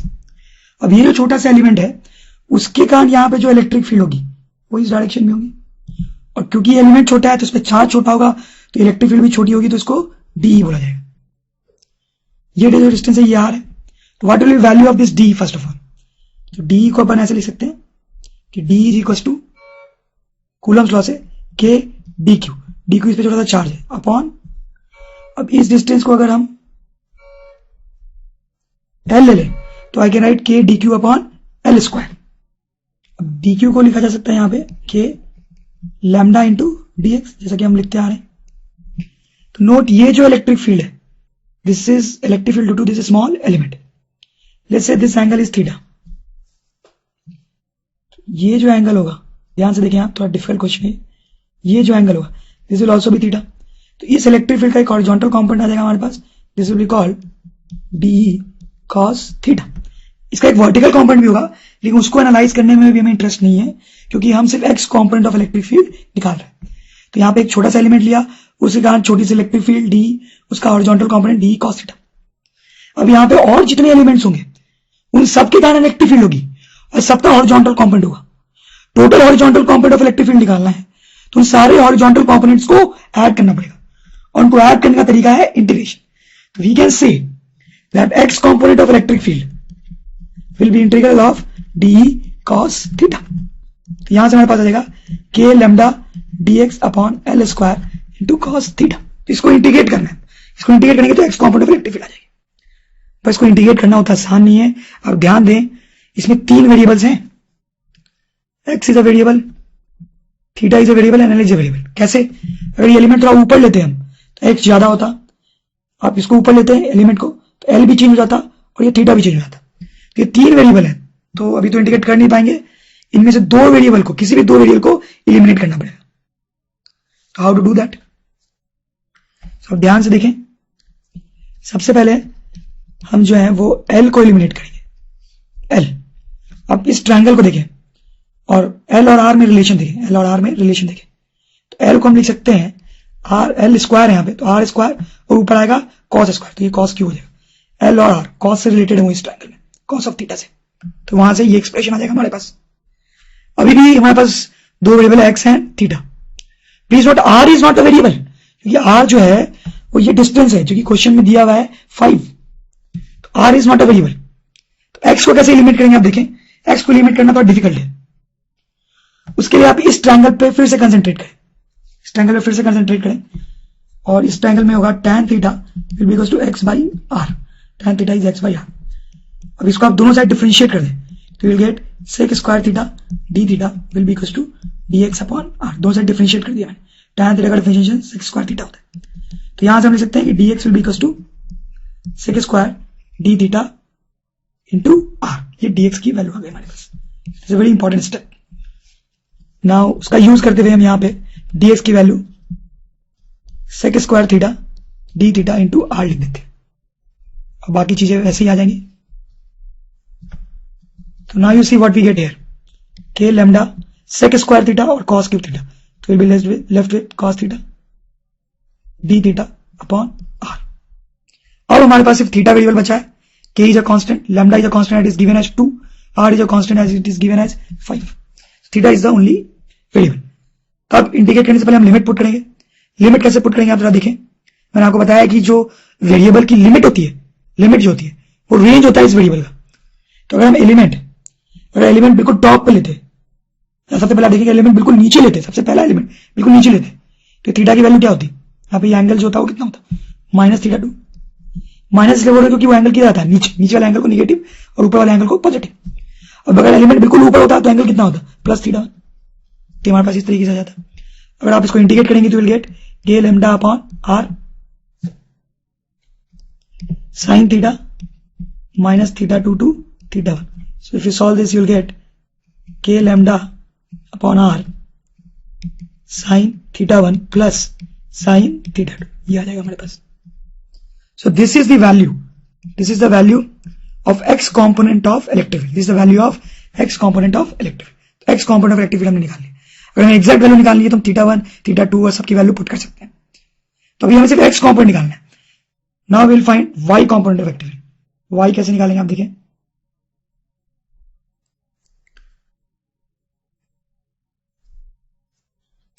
y component of electric field. ध्यान दें, इट्स वेरी सिंपल. यहां पे छोटे से एलिमेंट के कारण ये इलेक्ट्रिक फील्ड थी d, उसका हॉरिजॉन्टल कंपोनेंट हमने किया d cos थीटा, और हम इसका वर्टिकल कंपोनेंट कर लेंगे, that will be d sin theta. तो इस एलिमेंट के कारण ये vertical component of electric field है. वैसे हर एलिमेंट के कारण यहां पे vertical component of electric field होगी. Total vertical component of electric field निकालने के लिए ऐसे सारे d sin थीटा को ऐड करना पड़ेगा. Total y component of electric field जो है वो आ जाएगी इंटीग्रल d sin थीटा. जैसे x component of electric field integral d cos theta, वैसे ही y component of electric field integral d sin theta. अब फिर से आप d की वैल्यू वही पुट करोगे जो आपने यहां पे पुट की है, यहां पे कैलकुलेट किया था हमने, वही d की वैल्यू आपने यहां रखी थी, वही हम यहां पे रखेंगे. यही स्टेप्स आप पूरे के पूरे फॉलो करते जाओगे तो you will see that finally you will get k lambda by r cos theta 2 minus cos theta 1. ये आ जाएगा. अब यही स्टेप फॉलो करोगे तो ये x कंपोनेंट इलेक्ट्रिक फील्ड आ गया और ये y. यहाँ पे एक और चीज इंपॉर्टेंट है जो आप देखें, जैसे x कंपोनेंट इलेक्ट्रिक फील्ड यह है अब अगर यहाँ पे मुझे एग्जैक्ट वैल्यू निकालनी हो तो थीटा वन और थीटा टू की क्या वैल्यू रखेंगे? थीटा वन की वैल्यू में कोई डाउट नहीं है, उसको हम 30 डिग्री रख देंगे, 30 डिग्री। और थीटा टू की जो वैल्यू है उसको क्या रखेंगे? इसमें लोग कंफ्यूज हो जाते हैं। तो थीटा टू जो एंगल है वो नीचे वाला एंगल है, तो टेक्निकली वो निगेटिव है, तो technically that is theta two is -60, but यहां पे हम +60 ही रखेंगे। द रीजन इज क्योंकि थीटा टू जो निगेटिव है वो तो हम यहां पे ऑलरेडी उसका ध्यान रख ही चुके हैं, लिमिट में हमने -θ2 रखा है, तो हम एक्चुअली -60 यही रख चुके हैं। तो यहाँ पे थीटा टू की वैल्यू हम 60 लिखेंगे, माइनस लिखेंगे, तो ये थोड़ा कंफ्यूजन हो जाता है यहाँ पे। तो उस कंफ्यूजन को एलिमिनेट करने के लिए ये जो एक्सप्रेशन है हम चाहे तो इसको ऐसे लिख सकते हैं, k lambda by r sine of mod theta one plus sine of mod theta two. ये भी बिल्कुल सही है, पर ऐसे लिखने से क्या होता है, कभी गलती नहीं होगी, क्योंकि आप थीटा वन और थीटा टू अब दोनों वैल्यू पॉजिटिव रखो या निगेटिव रखो कोई फर्क नहीं पड़ता है, आंसर तो सेम ही आना है। अब ये जो एक्सप्रेशन है उसको इसके सिमिलर दिखाने के लिए यहां पे भी हम क्या कर सकते हैं, मॉड लगा सकते हैं, और इसको फिर लिख सकते हैं k lambda by r cos of mod theta two minus cos of mod theta one. और यहां पे तो कोई फर्क पड़ता ही नहीं है मॉड लगाने पे, क्योंकि कॉस तो ऐसे भी एंगल निगेटिव हो या पॉजिटिव हो, कॉस तो हमेशा सेम ही आता है, तो यहां मॉड लगाने से कोई फर्क नहीं पड़ रहा है। एक काम यहां पे हम और कर सकते हैं, इन दोनों एक्सप्रेशन में आप देखें तो थोड़ा सा डिफरेंस है, इसमें थीटा वन है पहले और इसमें थीटा टू है, तो इसको तो इस तरीके से आप लिख लें, k lambda by r sine of mod theta two plus sine of mod theta, तो इस तरीके से आ गए। अब ये दोनों एक्सप्रेशन देखने में सेम जैसे लगते हैं, यहां साइन आया था, यहां कॉस आया, यहां प्लस आया है और यहां माइनस, तो इस माइनस साइन का बस तो यही मतलब है कि दोनों सब्ट्रैक्ट होंगे, तो कभी ये निगेटिव भी आ सकता है और पॉजिटिव भी। तो इस फॉर्मूले से तो आप क्या है कि सिर्फ ई वाई का मैग्नीट्यूड ही निकालें, सिर्फ मैग्नीट्यूड ही निकालें, और जो साइन है वो तो डायरेक्शन बताएगा, तो डायरेक्शन तो आप खुद ही फिजिकली एनालाइज करके पता कर सकते हैं। तो ये जो दो फॉर्मूले आ गए ये हमें याद रखने, this is formula for x y component of electric field and this is formula for x component of electric field. इन फॉर्मूले से रिलेटेड और भी कुछ इंपॉर्टेंट बातें हैं और इस पे बेस्ड कई सारे क्वेश्चन होते हैं, जैसा कि अब हम देखेंगे। जैसे इस क्वेश्चन में ये रॉड है, इसका लैम्डा 2 दिया हुआ है और ये जो डिस्टेंस है this is 5 metre, A point पे इलेक्ट्रिक फील्ड निकालनी है, ये एंगल 45 और ये भी 45, तो बिल्कुल ये दोनों फॉर्मूला यूज कर सकते हैं। तो यहाँ पे जो x component of electric field आ जाएगी that will come by this formula, so वो फॉर्मूला यूज करेंगे हम, तो will get k lambda by r sine of, अब यहाँ पे थीटा टू और थीटा वन, ये थीटा टू और थीटा वन क्या होंगे यहाँ पे, सब ध्यान से देखिए, थीटा टू थीटा वन दोनों ही जो है इस केस में 45 डिग्रीज है, तो फिर write sine of 45 degree plus sine of 45 degree, so that will come out to be √2 k lambda upon r, lambda और r की वैल्यू हम पुट कर सकते हैं, तो विल गेट द आंसर। और जो y component of electric field होगा वो इस फॉर्मूले से आएगा। सो आप ध्यान दें कि ये जो थीटा वन है ये 45 है और थीटा टू भी 45 है, तो cos 45 माइनस cos 45, इसे अगर मैं लिख के बताऊं आपको तो I gate cos of 45 minus cos of 45, तो ये क्या आ जाएगा 0। इसका मतलब है यहाँ पे सिर्फ x डायरेक्शन में ही इलेक्ट्रिक फील्ड है, y कॉम्पोनेंट जो है वो 0 है, और वो तो होना भी चाहिए। हमने कुछ देर पहले ही देखा था कि जब सिमेट्रिक पॉइंट होता है तो वहां पे इलेक्ट्रिक फील्ड का सिर्फ x कॉम्पोनेंट होता है रॉड के लिए, क्योंकि यहां पे एलिमेंट लेते हैं और यहां पे एलिमेंट लेते हैं, दोनों के कारण vertical component of electric field cancel हो जाती है, तो the result is as expected. Let's do these two examples now. Let's see this first, इसमें एक रॉड है जो नीचे इन्फिनिटी तक जा रहा है, ऊपर भी इन्फिनिटी तक जा रहा है, जिसको हम बोलेंगे इनफाइनाइट रॉड। इससे आर डिस्टेंस पे पॉइंट पे इलेक्ट्रिक फील्ड निकालनी है, तो फिर से हम वही काम करेंगे, एक्स कॉम्पोनेंट के लिए ये फॉर्मूला और y कॉम्पोनेंट के लिए ये फॉर्मूला। तो x component of electric field अगर हम निकालें इस फॉर्मूले से, तो I will write k lambda by r। अब आगे लिखने से पहले मुझे थीटा वन और थीटा टू दोनों की वैल्यू लिखनी पड़ेगी। What do think they will be? Theta one और थीटा टू। अब देखो ये जो रॉड है वो इन्फिनिटी तक जा रहा है, ऊपर इन्फिनिटी तक, तो ये जितना ऊपर होगा यहाँ पे जो एंगल बनेगा उतना ही ज्यादा होगा, फिर हम इसमें बहुत ही ऊपर जाते जाएंगे तो ये जो एंगल है वो 90 की तरफ पहुंचेगा। तो ये जो थीटा वन है वो एक्चुअली 90 है, यहाँ पे थीटा वन इज 90। वैसे नीचे भी हम इन्फिनिटी तक जा रहे हैं तो नीचे वाला जो एंगल है वो भी 90 है, थीटा टू इज ऑल्सो 90। तो यहाँ पे हम लिखेंगे sine 90 plus sine 90, so will get 2k lambda upon r। अगर हम y component of electric field निकालेंगे, y कॉम्पोनेंट वो इस फॉर्मूले से निकालेंगे, तो यू कैन सी कि वो 0 आ जाएगा, क्योंकि थीटा 2 और थीटा 1 दोनों सेम है, तो सबट्रैक्ट करने पे 0 आ जाएगा। और ये तो एक्सपेक्टेड भी था, क्योंकि ये जो पॉइंट है वो सिमेट्रिक है, ऊपर भी इनफाइनाइट रॉड है और नीचे भी इनफाइनाइट रॉड है।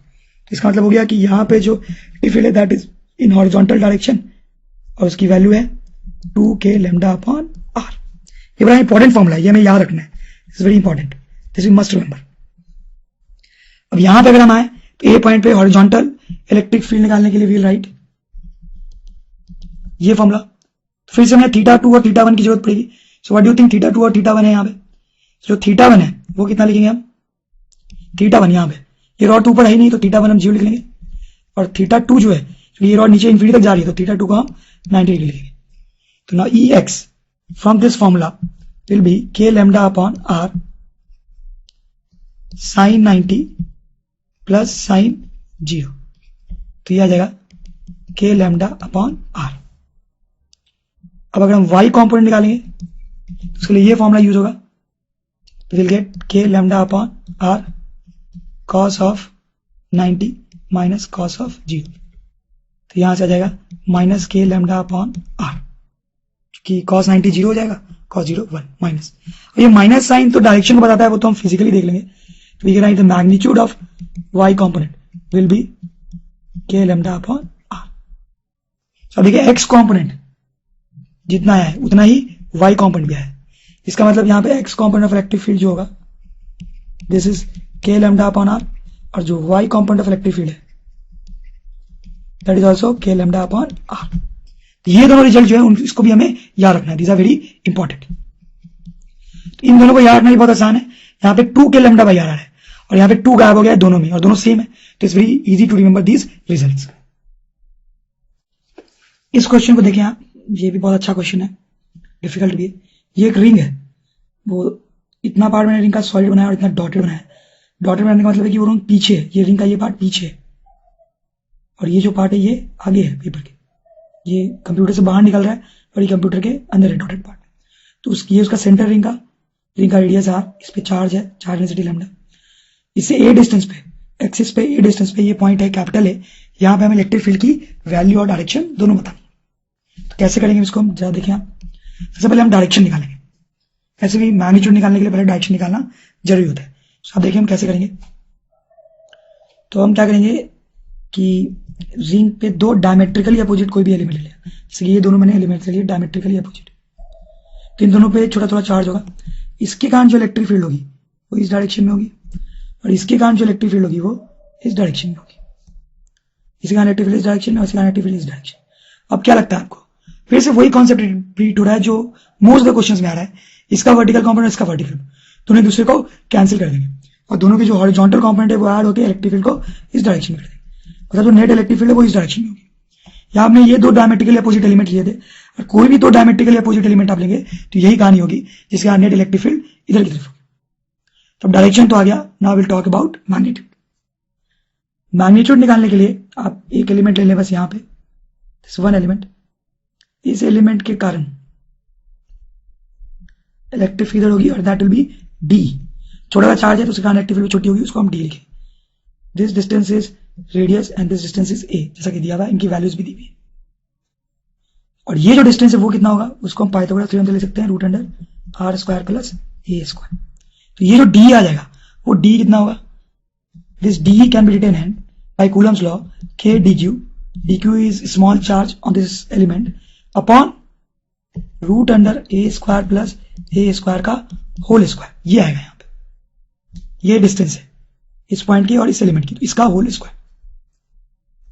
अब यहां पे आप देखें कि ये जो डी है वो तो सिर्फ इस एलिमेंट के कारण इलेक्ट्रिक फील्ड है। इस एंगल को अगर हम अल्फा ले लें, ये एंगल भी अल्फा आ जाएगा, और फिर इस इलेक्ट्रिक फील्ड का जो हॉरिजॉन्टल कंपोनेंट आएगा that can be written as D cos alpha. इसका वर्टिकल कंपोनेंट भी आएगा, पर उसकी बात करने में इंटरेस्ट क्यों नहीं है, क्योंकि इसका जो वर्टिकल कंपोनेंट है वो यहां वाले एलिमेंट के कारण कैंसिल हो जाएगा, जैसा कि हमने यहां पे ऑलरेडी देखा है। तो मुझे सिर्फ हॉरिजॉन्टल कंपोनेंट की ही बात करने में इंटरेस्ट है। अब इस एलिमेंट के कारण ये हॉरिजॉन्टल कंपोनेंट है, वैसे बाकी एलिमेंट्स के कारण भी हॉरिजॉन्टल कंपोनेंट होंगे। टोटल हॉरिजॉन्टल इलेक्ट्रिक फील्ड निकालनी है तो ऐसे सारे कंपोनेंट्स को ऐड करना पड़ेगा, और उनको ऐड करने का तरीका है इंटीग्रेशन। तो आई कैन से जो टोटल इलेक्ट्रिक फील्ड होगी that will be integral of d cos alpha.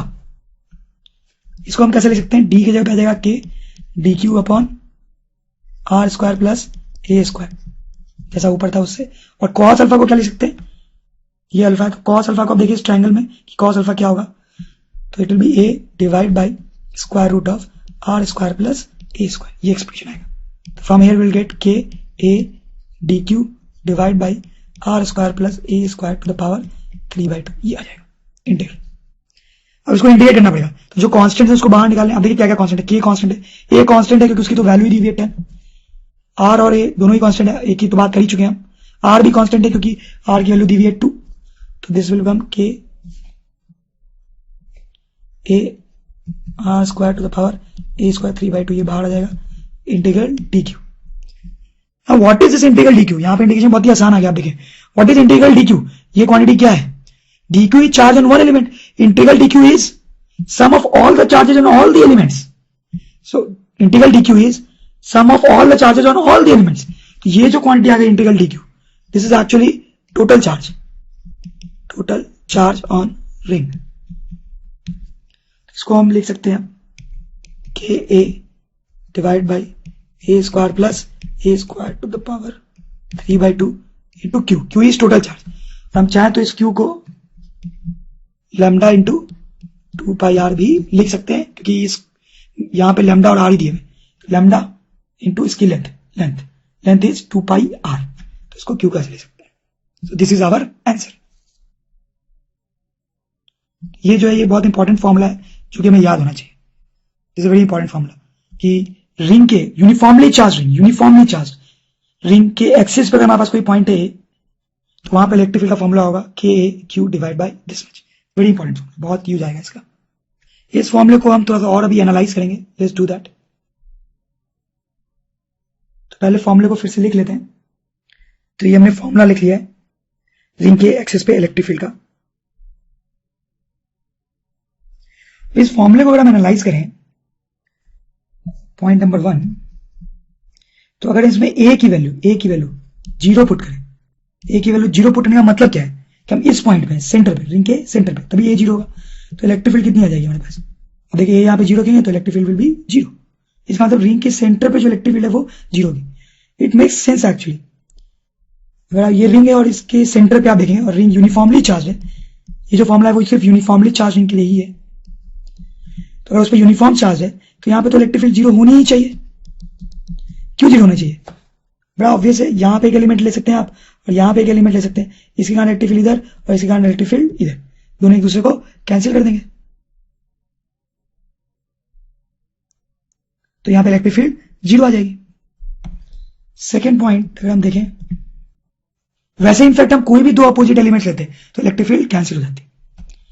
अगर ए को हम इन्फिनिटी ले लें, ए को इन्फिनिटी का मतलब है कि हम यहाँ से बहुत दूर चलेंगे, तो फिर इलेक्ट्रिक फील्ड की वैल्यू कितनी आएगी जरा देखें।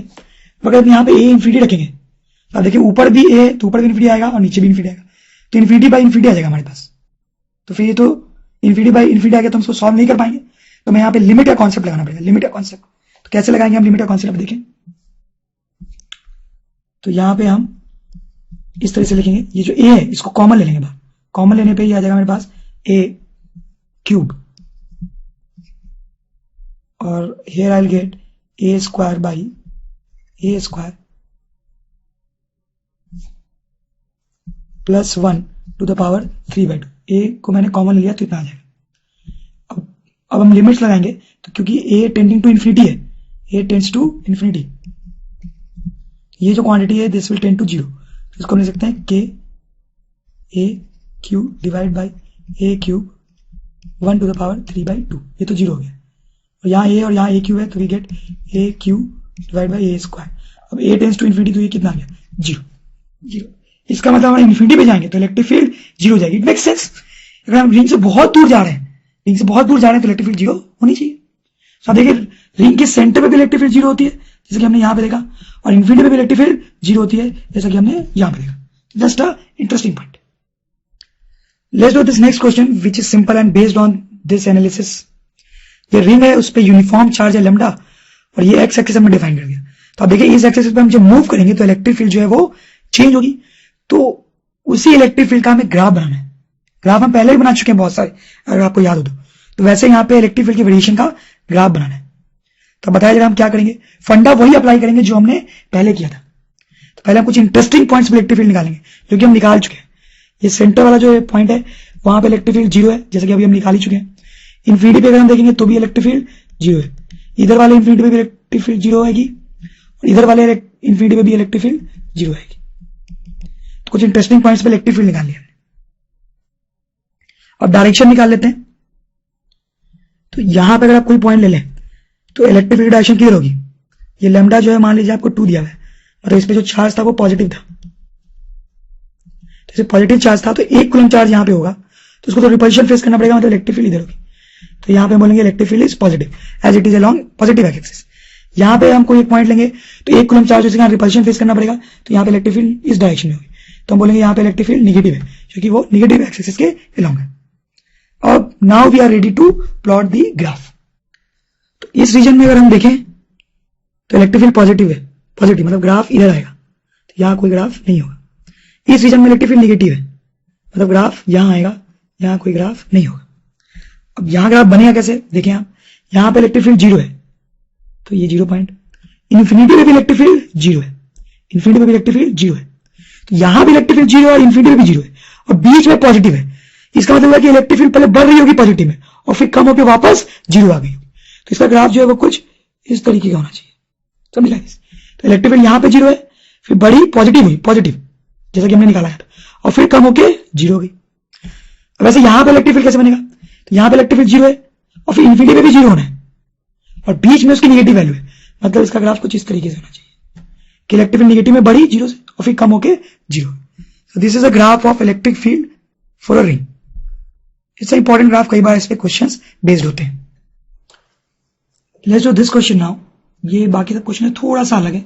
ये एक यूनिफॉर्मली चार्ज डिस्क है, disc it's not a ring, it's a disc. Disc please note, sigma दिया हुआ है, सिग्मा 3। सिग्मा क्यों दिया हुआ है, अभी तक लैम्डा दिया होता था मोस्टली क्वेश्चन में, सिग्मा क्योंकि इसमें जो चार्ज है वो सरफेस पे डिस्ट्रीब्यूटेड है, सरफेस, तो इसलिए हमें सिग्मा दिया हुआ है। तो उसका रेडियस है r और इसके एक्सिस पे ए डिस्टेंस पे पॉइंट ए है जहां पे हमें इलेक्ट्रिक फील्ड निकालनी है। We have to find electric field at point A. तो वो कैसे निकालेंगे, लेट्स सी। बेसिक फंडा यहाँ पे हम ये यूज करेंगे कि ये जो डिस्क है, डिस्क रिंग जैसा लग सकता है आपको ये येलो, बट ये डिस्क है, लिखा हुआ अभी यहाँ पे डिस्क है। इसको हम सोच सकते हैं कि उसमें ये पतली सी रिंग है, ऑरेंज रंग की पतली सी रिंग, और हम ऐसा सोच सकते हैं कि जो डिस्क है ऐसे बहुत सारी पतली रिंग से बनी हुई है। यहाँ पे बिल्कुल छोटी रिंग, फिर यहाँ थोड़ी बड़ी, फिर और बड़ी, फिर और बड़ी। तो ऐसे हम सोच सकते हैं कि ये जो डिस्क है that is made up of lot of rings, बहुत सारी पतली पतली रिंग से बनी हुई है। यही मेन फंडा है यहाँ पे। Will think this disc is made up of lot of thin rings, उसमें से एक रिंग मैंने यहाँ पे बनाई है। तो आप सोचिए बेसिक कॉन्सेप्ट ये होगा कि अब हम इस रिंग के कारण, इस एक रिंग के कारण इलेक्ट्रिक फील्ड यहाँ निकाल सकते हैं। उसका फॉर्मूला हमने पहले डिराइव किया है। तो वैसे हमारे पास बहुत सारे रिंग्स हैं, तो एक रिंग का हम निकाल लेंगे, फिर बाकी सारे रिंग्स का भी निकाल के उसमें ऐड कर लेंगे, तो हमारे पास इस डिस्क की टोटल इलेक्ट्रिक फील्ड आ जाएगी। तो लेट्स डू दैट। तो यहां पे हम क्या करेंगे कि आर रेडियस की एक रिंग ले रहे हैं जिसकी थिकनेस जो है वो बहुत पतली है, उसकी थिकनेस जो है वो डी आर है, डी आर। तो सबसे पहले तो आप देखिए कि इस पे जो चार्ज होगा डी क्यू, वो डी क्यू चार्ज कैसे लिखा जाएगा। आप उसको ध्यान से देखें, इस क्वेश्चन में बहुत सारी नई चीजें देखेंगे आप। तो डी क्यू को लिखा जाएगा सिग्मा इंटू डी ए, ये हमने पहले देखा है, sigma into D A. What is D A, D is area of this thin ring, इस थिन रिंग का एरिया है, इस थिन रिंग का एरिया। तो ये एरिया कैसे निकलेगा, अब थोड़ा ध्यान दें, एरिया निकालना भी डिफिकल्ट काम है। तो उसके लिए आप ऐसा सोचें कि ये जो रिंग है उसको बीच से काट दिया गया, बीच से काट दिया गया और काट करके उसको ऐसे एक्सटेंड कर दिया गया, समथिंग लाइक दिस। तो ये जो थिकनेस आएगी रिंग की, आई मीन रेक्टेंगल बन जाएगा, उसका थिकनेस आएगा डी आर, डी आर, और इसकी जो लेंथ आएगी, रिंग की जो लेंथ है वही लेंथ इसकी आएगी, that will be 2 pi R. तो इसका एरिया कितना हो जाएगा वही हम यहाँ पे लिख लेंगे। तो area will be 2 pi R into D R. This is very very important, ये और भी कई बार करना पड़ेगा हमें कि इस रिंग का, एक पतली सी रिंग का अगर हमें एरिया लिखना है तो that will be 2 pi R into D R. ये आया कैसे, इस रिंग को हमने बीच से काट के ऐसे एक्सटेंड करके बना दिया, तो रेक्टेंगल जैसा लगा। तो इसकी विड्थ, ये थिकनेस जो है वो डी आर हो गई और जो लेंथ थी वो 2 पाई आर, तो ये इसका एरिया है। तो ये डी क्यू आ गया मेरे पास। अब इस पतली सी रिंग के कारण, पतली से रिंग के कारण यहाँ पे जो इलेक्ट्रिक फील्ड होगी वो हम बोलेंगे बहुत कम होगी, और इस डायरेक्शन में होगी। बहुत कम इसलिए होगी, इसमें चार्ज जो है वो भी बहुत कम है, डी क्यू। अब ये जो डी है वो लिखा कितना जाएगा, तो डी जो है वो इस फॉर्म में से लिखा जाएगा, क्योंकि ये जो डी है वो इस रिंग के कारण इलेक्ट्रिक फील्ड है, और रिंग का फॉर्मूला ये होता है। तो डी हम लिखेंगे के इंटू क्यू की जगह D Q, A divide by are square plus A square to the power 3/2, ऐसे कुछ लिखा जाएगा। और जो डी क्यू की वैल्यू वो हम लिख लेंगे sigma into 2 pi R D R, A divide by are square plus A square to the power 3/2। इसमें जो कॉन्स्टेंट्स हैं उनकी वैल्यू रख लेते हैं। के तो कॉन्स्टेंट होता ही है, सिग्मा की value 2 pi R D R. R एक वेरिएबल है, क्यों आर एक वेरिएबल है, क्योंकि मैं दूसरी रिंग कंसिडर करता, दूसरी एलिमेंटल रिंग कंसिडर करता तो आर क्या होता अलग, इसलिए आर जो है वो एक वेरिएबल है। ए की वैल्यू दी हुई है 4 divide by are square plus 16, A square लिखा हुआ है 3/2। तो ये जो इलेक्ट्रिक फील्ड है वो सिर्फ एक रिंग के कारण आई है, तो सारे रिंग्स के कारण हमें इलेक्ट्रिक फील्ड ऐड करना है। मतलब जो टोटल इलेक्ट्रिक फील्ड होगी that will be integration of this quantity, तो आ जाएगा मेरे पास 24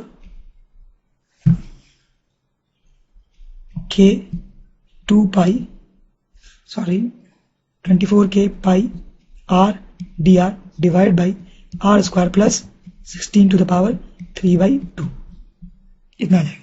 तो इसको हम फिर ऐसे लिख लेंगे कि E is equal to constants बाहर 24 के pi into integral of R D R divide by are square plus 16 to the power 3/2। और आर की लिमिट क्या रखेंगे, आर की लिमिट मैंने आपको बताया लिमिट जो होती है वो रेंज होती है। तो सबसे पहली जो रिंग होती उसका रेडियस 0 होता, और जो बिल्कुल आखिरी रिंग होगी उसका रेडियस कैपिटल आर होगा 2। सबसे पहली जो रिंग होगी बिल्कुल बीच में उसकी रेडियस 0 होगी, बिल्कुल आखिरी वाली जो रिंग होगी उसका रेडियस डिस्क के रेडियस के बराबर होगा, इसमें मैंने 2 लिख दिया। इसको इंटीग्रेट कर देंगे तो we will get our answer.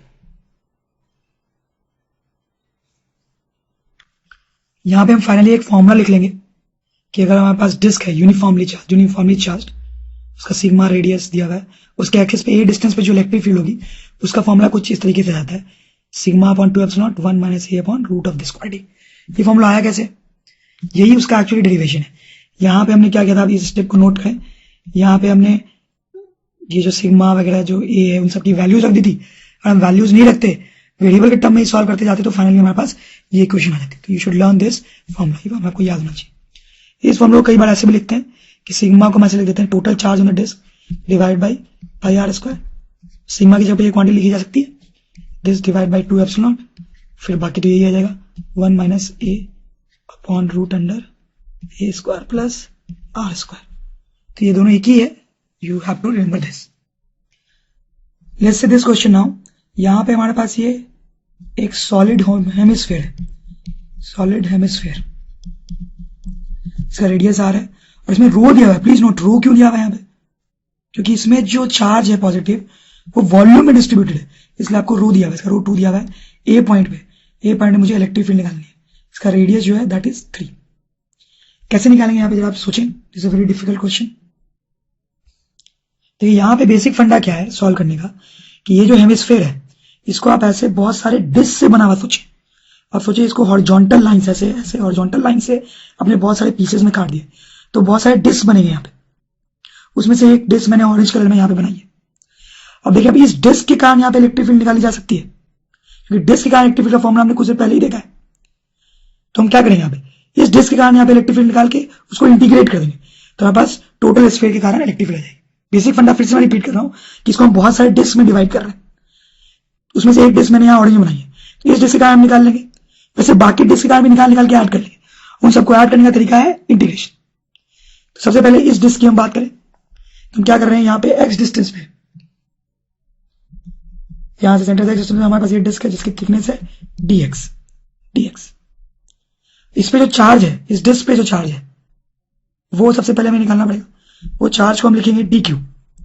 dq को कैसे लिख सकते हैं, रो इंटू dv। ध्यान दें यहाँ पे लिखेंगे रो इंटू dv, ये हम पहले भी देख चुके हैं ऐसा। तो रो तो मेरी dv क्या है, ये dv है वो इस डिस्क का वॉल्यूम है, इस डिस्क का वॉल्यूम। तो इस डिस्क का वॉल्यूम कैसे निकालेंगे, थोड़ा इमेजिन करें। सपोज कर लें कि ये जो रेडियस है ये यहां से यहां तक, दिस रेडियस इज आर, इसका वॉल्यूम लिख सकते हैं पाई आर स्क्वायर इंटू dx। ध्यान से देखिए आप, पाई आर स्क्वायर तो इसका सरफेस एरिया हो गया, pi are square is surface area into thickness that is dx। तो ये इसका छोटा सा वॉल्यूम हो जाएगा। This is a very important point, ये कभी कभी आपको दोबारा भी करना पड़ सकता है, तो उसको ध्यान रखें कि डिस्क का वॉल्यूम कैसे लिख रहे हैं हम, पाई आर स्क्वायर का cross section area into thickness that is dx, ये dq हो गया। अब इस चार्ज डिस्क के कारण यहाँ पे इलेक्ट्रिक फील्ड जो है वो इधर होगी, उसको डी लिखेंगे। और ये डी जो है वो कैसे लिखा जाएगा, वो डिस्क के फॉर्मूले से आएगा। डिस्क के फॉर्मूले से आएगा dq upon pi are square divide by 2 epsilon not 1 minus x upon square root of R square plus X square. जो फॉर्मूला हमने डिस्क के लिए ड्राइव किया था उससे हम ये रख सकते हैं, बस q की जगह में हमने dq लिख दिया। तो ये तो सिर्फ इस डिस्क के कारण इलेक्ट्रिक फील्ड है। टोटल इलेक्ट्रिक फील्ड निकालना है तो हमें क्या करना पड़ेगा, इसको इंटीग्रेट। तो ये जो पूरी क्वांटिटी है हम इसको यहां लिख के इंटीग्रेट कर देंगे। तो dq की जगह पे क्या आएगा हमारे पास, तो ध्यान से देखें, ये जो है थोड़ा सा ज्यादा कॉम्प्लिकेटेड है। Rho pi are square dx divide by 2 epsilon naught pi are square, ये वाली चीज लिखी मैंने, dq जो है वो यहां से आया है, into 1 minus x upon square root of R square plus X square. तो ये यहाँ पे क्या जाएगा, pi cancel, R square cancel, sigma और 2 एप्सिलॉन नॉट कांस्टेंट है, सिग्मा की वैल्यू 2 दी हुई है, तो सिग्मा 2 है, तो ये 2 से 2 कैंसिल हो गया। 1 upon epsilon not integration of dx into 1 minus x upon square root of X square plus are square. लेकिन अभी हम इसको इंटीग्रेट नहीं कर पाएंगे, आप ध्यान से देखें, क्योंकि इसमें 2 वेरिएबल है, एक्स भी वेरिएबल है, आर भी वेरिएबल है। क्योंकि अगर मैं डिस्क नीचे लूंगा तो आप देखिए एक्स भी चेंज हो जाएगा, और डिस्क नीचे लेने पे एक्स बढ़ेगा और डिस्क नीचे लेने पे आर कम होगा। दोनों ही वेरिएबल है, एलिमेंट के साथ चेंज हो रहे हैं। तो हम क्या करेंगे, अब दोनों में से किसी एक को हमें एलिमिनेट करना पड़ेगा। And how to do that, तो बड़ा सिंपल है, आप जरा ध्यान से देखेंगे तो ये जो डिस्टेंस है इसको मैं कैपिटल आर हो सकता हूं, दैट इज गिवन एज 3। तो पाइथागोरस थ्योरम अगर हम यहाँ पे लगाए, पाइथागोरस थ्योरम, तो will get R square is equals to X square plus are square, ये आ जाएगा बस। उसको हम यहाँ यूज कर सकते हैं, आप देखें तो I get 1 upon epsilon not integral 1 minus x upon R, ये आ जाएगा यहाँ पे इसके जगह पे इंटू dx। अब हम x की लिमिट क्या रखेंगे, x की लिमिट तो होगी रेंज ऑफ द एलिमेंट। तो ये जो डिस्क लिया है हमने, सबसे ऊपर वाला जो डिस्क होगा उसके लिए x 0 होगा, तो 0, और सबसे नीचे वाला डिस्क जो होगा उसके लिए x की वैल्यू r के बराबर होगी, विच इज इक्वल टू 3। तो from here will get 1 upon epsilon not 1 minus x upon r की value 3 dx integral limit from 0 to 3। अब इसका इंटीग्रेशन तो बहुत ही आसान है, तो इसको हम इंटीग्रेट कर लेंगे, that will be our answer. अब देखिए this is actually very complicated question, अगर आप इसको सिस्टमेटाइज में करें तो इट्स वेरी सिंपल। फिर से मैं इसका फंडा रिपीट कर देता हूं। फंडा ये है कि इसको हमने बहुत सारे डिस्क में डिवाइड कर रखा है। हम सोच रहे हैं कि ये जो सॉलिड हेमिस्फीयर है ये बहुत सारे डिस्क से बना हुआ है, फिर एक डिस्क का हमने इलेक्ट्रिक फील्ड डी निकाल के उसको इंटीग्रेट कर दिया। और इसमें एक ही इंपॉर्टेंट पॉइंट है कि इस डिस्क पे जो हम चार्ज लिख रहे हैं dq, that is rho into dv, और dv कैसे लिखा गया, it is pi are square into dx। Let's do this examples. ये कुछ एग्जांपल्स हैं, इसमें क्या करना है, जैसे कि इसमें पॉइंट ए पे इलेक्ट्रिक फील्ड निकालनी है, electric field at point A. ये एक इन्फिनिटी से आता हुआ रॉड है जो ऐसे घूमता हुआ वापस ऐसे घूम के इन्फिनिटी तक चला गया। जैसे पॉजिटिव चार्ज है और लैम्डा की वैल्यू से दी हुई है 2। ए पॉइंट पर इलेक्ट्रिक फील्ड कैसे निकालेंगे, तो ऐसे कुछ क्वेश्चन होते हैं स्टार्ट में, ये सिर्फ फॉर्मुला बेस्ड क्वेश्चन है। क्या करना चाहिए इसमें, इट्स वेरी सिंपल। अब क्या करो, इसको ऐसे डिवाइड कर लो। तो इन्फिनिटी से यहां तक ये एक सेमी इनफाइनाइट रॉड हो गया, इन्फिनिटी से यहां तक ये एक सेमी इनफाइनाइट रॉड हो गया, और ये एक सेमी सर्कुलर रिंग हो गई। अब इन तीनों के कारण हमें इलेक्ट्रिक फील्ड का फॉर्मूला पता है, तो इसके कारण, इसके कारण और इसके कारण, तीनों के कारण इलेक्ट्रिक फील्ड ए पे निकाल लेंगे और उसका वेक्टर सम कर लेंगे। तो it's very simple. I hope आप समझ जाओगे कि करना क्या है। यहाँ पे सेमी इनफाइनाइट रॉड के कारण इलेक्ट्रिक फील्ड का फॉर्मूला हमें पता है, तो यहाँ पे निकाल लेंगे। इस सेमी इनफाइनाइट के कारण भी हम यहाँ पे इलेक्ट्रिक फील्ड निकाल लेंगे, और ये सेमी सर्कुलर रिंग के कारण हम यहाँ पे इलेक्ट्रिक फील्ड निकाल लेंगे। फिर तीनों का वेक्टर सम कर देंगे। जैसे वैसे ये क्वेश्चन भी है, इसमें भी हमें ए में इलेक्ट्रिक फील्ड निकालना है, तो इसको भी हम 3 पार्ट में डिवाइड करेंगे ऐसे। तो ये एक सेमी इनफाइनाइट रॉड हो गई, सब पे चार्ज है, लैम्डा इज गिवन एज 2। एक सेमी इनफाइनाइट रॉड हो गई, ये भी एक सेमी इनफाइनाइट रॉड हो गई, और ये क्वार्टर रिंग हो गई। तो इसका भी हमने फॉर्मूला लिखा है, और दोनों सेमी इनफाइनाइट रॉड का भी हमने फॉर्मूला लिखा है। तो तीनों के कारण यहाँ पे इलेक्ट्रिक फील्ड निकाल के उसका वेक्टर सम कर देंगे। So that's the way to solve such questions. Let's do this example. ये बहुत अच्छा एग्जांपल है। इसमें क्या करना है कि एक डिस्क है, दिस इज अ डिस्क जिसमें बीच में होल है रेडियस ए का, सॉरी बीच में होल है रेडियस बी का, डिस्क की आउटर रेडियस है ए, और यहां पे आर डिस्टेंस पे ए पॉइंट पे इलेक्ट्रिक फील्ड निकालनी है। तो क्या करेंगे हम यहाँ पे, देखो इसको हम क्या कर सकते हैं, इसको हम कुछ इस तरीके से सोच सकते हैं कि ये जो सिस्टम है हमारा, दिस इज इक्विवेलेंट टू, ऐसे सोच सकते हैं इसको, ये जो डिस्क है कटी हुई, इसको हम सोच सकते हैं कि हमारे पास पूरी डिस्क है और उसमें से हम ये वाली डिस्क माइनस कर रहे हैं। तो इन दोनों ज्योमेट्रीज को अगर हम सब्ट्रैक्ट करेंगे तो हमारे जो क्वेश्चन की ज्योमेट्री है वो हमारे पास आ जाएगी। तो अब ए पॉइंट पर हमें इलेक्ट्रिक फील्ड निकालनी है, तो हम बोल सकते हैं ए पॉइंट पे जो इलेक्ट्रिक फील्ड होगी वो इसके कारण माइनस इसके कारण होगी। तो इसके कारण इलेक्ट्रिक फील्ड जो होगी वो हम फॉर्मूले से निकाल लेंगे, that will be sigma upon 2 epsilon, disc का फॉर्मूला लगा रहा हूं 1 upon r divide by root under A square plus are square, और इसके कारण जो फील्ड होगी वो होगी sigma upon 2 epsilon 1 minus r upon root under b square plus are square. इन दोनों को हम सब्ट्रैक्ट कर देंगे, तो सिर्फ ये डिस्क होती तो इलेक्ट्रिक फील्ड ये, सिर्फ ये डिस्क होती तो इलेक्ट्रिक फील्ड ये, इन दोनों का सब्ट्रैक्शन है हमारे पास, तो जो इलेक्ट्रिक फील्ड होगी ए पे वो भी इन दोनों का सब्ट्रैक्शन होगा। तो इसको सिंप्लीफाई कर लेंगे तो will get our final answer. Okay, so we have completed a major portion of electrostats. What we studied till now was basics of charge, then concepts of electric field, and the most important thing that we studied was that how to find electric field by integration. We have completed this part now. Now we are going to move to the next part of this chapter that deals basically with these two ideas, flux and Gauss laws. These are some advanced topics of electrostats which we will see now, and basically these things will allow us to find electric field by an easy way without integration. But before we see these terms or ideas in detail, you will see that we will be seeing some small terms which will actually later help us to understand these ideas very vividly and clearly. So let's start and see what this has, or what this section has for us.